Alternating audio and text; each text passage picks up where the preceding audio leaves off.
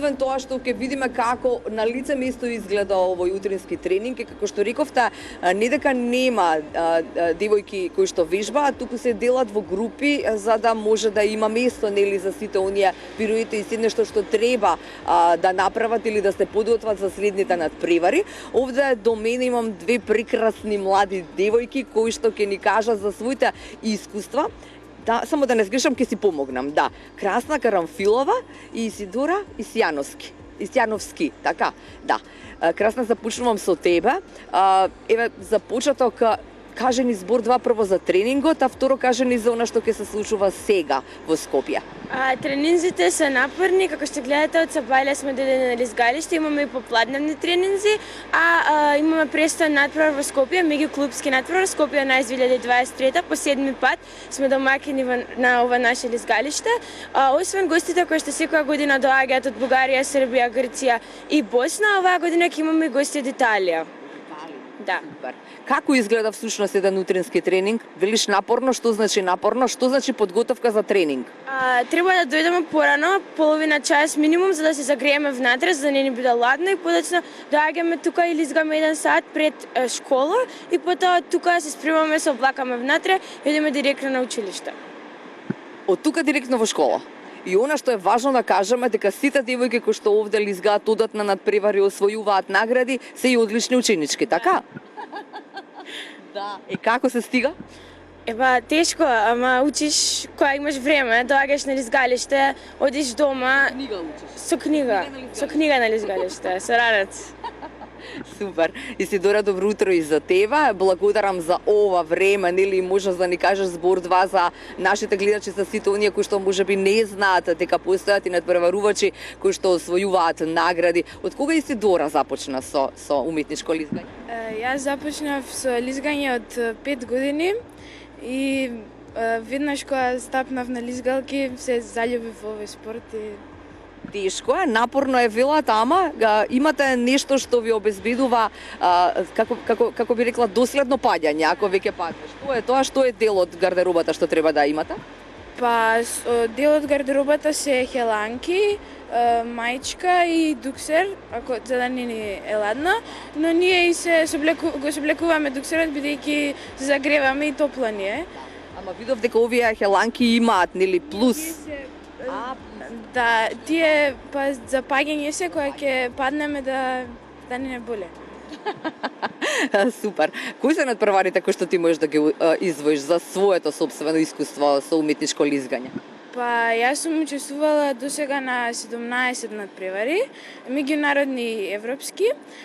Сега оваа сезона учествувавме на меѓународниот надпревар во Нови Сад, како и европскиот куп Скейт Хелена кој се одржуваше во Белград. Но сега престижен надпревар е европскиот куп Софија Трофеј, во кој сега се и 3 наши јуниорки веќе е таму. Да, и денес и утре ќе настапуваат. Јас и по малите категории ќе им се придружиме од утре и ќе настапуваме во недела и во понеделник. Која беше најтешката вежба, можеби? Најтешкото нешто што требаше да се научи на мраз за тебе? Еден од скоковите се вика луц и јас го правам со горе раце и така. Да. Колку време треба за подготовка за да дојдеш и да речеш вау, тоа е тоа. Односно Нина да не те кара како пред малку, нели, кажи ова, кажи тоа, намести се, обличи се да не ти е ладно, туку да ти рече браво, Исидора. Многу. За тој скок, не знам, за мене година-две, може и повеќе, но потребно е стварно многу паѓање и станување и трудење и вложување. Супер. Вам ќе ви посакам да не представите како и секогаш достојно на овие два надпревари, да ги пречекаме секако убаво на сите надпреварувачи, оние кои што се често тука, но и оние кои што за прв пат доаѓаат, тоа се италијаните, како што ни кажа Красна. И сега ја повикувам, вие можете сега да ни покажете нешто од она што ќе го покажете и утре, односно задутре веќе во Софија, така? Не, утре, да, утре вие одите за Софија. Здраво за Нина Стризовска, таа е тренерот, таа е виновникот во наводи за сите овие нешта кои што се се случуваат овде. Луѓето не знаат еве и одблиску како изгледа еден утрински тренинг.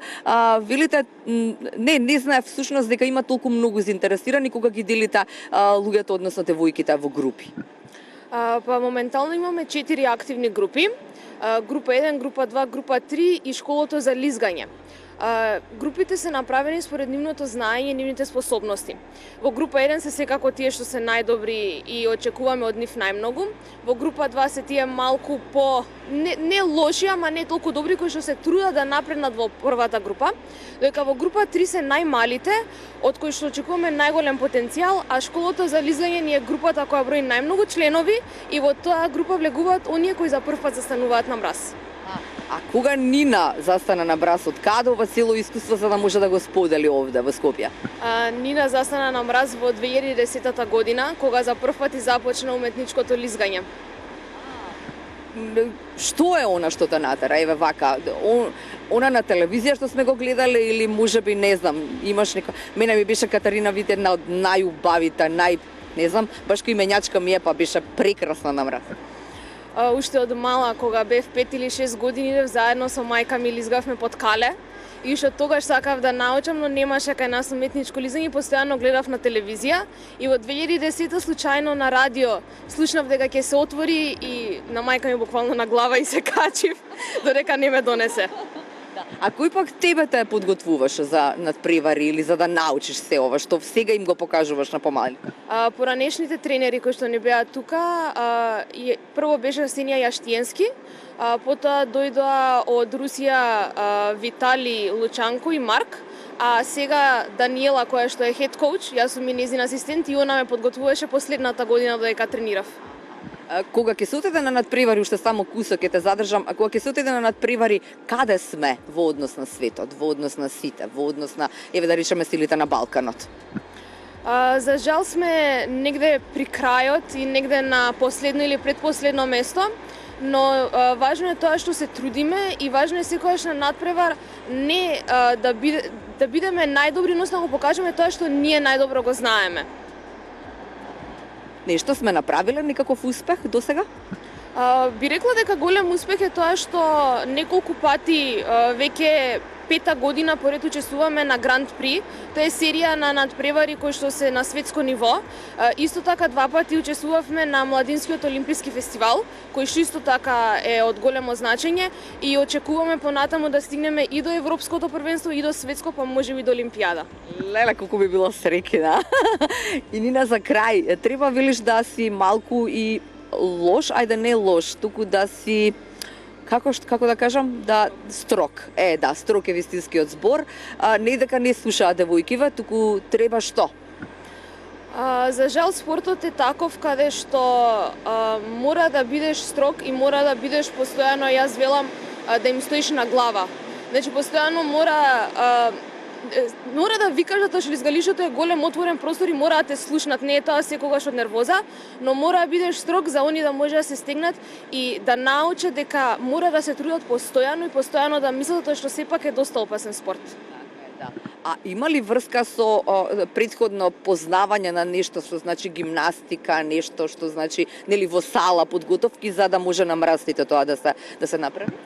Покрај тренинзите на мраз имаме и тренинзи во сала, кондициони тренинзи кои што се делат на тренинзи за општа физичка подготвеност, каде што е трчање, скокање на јаже, стомачни грбни и тренинзи кои што ги викаме специјална физичка подготвеност, односно сите скокови кои што ги гледате на лизгалиштето прво ги учиме во сала.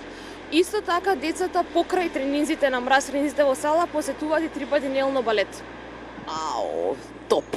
И сега што друго, да ви пуштиме среќа за Софија, така прво да ви е среќен патот, а потоа да ни се представите во вистинско светло и секако да ги поканиме сите оние кои што се заедно и ова утро сутринска нателума и да им кажеме дека сепак се обидуваме, еве со нови сили, така со некои работи кои што можеби сме ги виделе никаде, па се обидуваме да ги пренесеме и овде во Скопје, во нашата Македонија. Се надеваме и на успеси. Еве, пуштаме среќа и се најубаво и во Софија. Благодарам Нина за ова утринско вклучување, а мислам дека видовте и како изгледа еден утрински тренинг на девојките овде на лизгалиштето во спортскиот центар Борис Трајковски. Па затоа нели ве повикуваме и сите вас, сега следно е 7-миот поред надпревар тука, кој што ќе се одржи и на кој што ќе ни се представат и надпреварувачи не само од Србија и соседните земји, туку и надпреварувачи од Италија.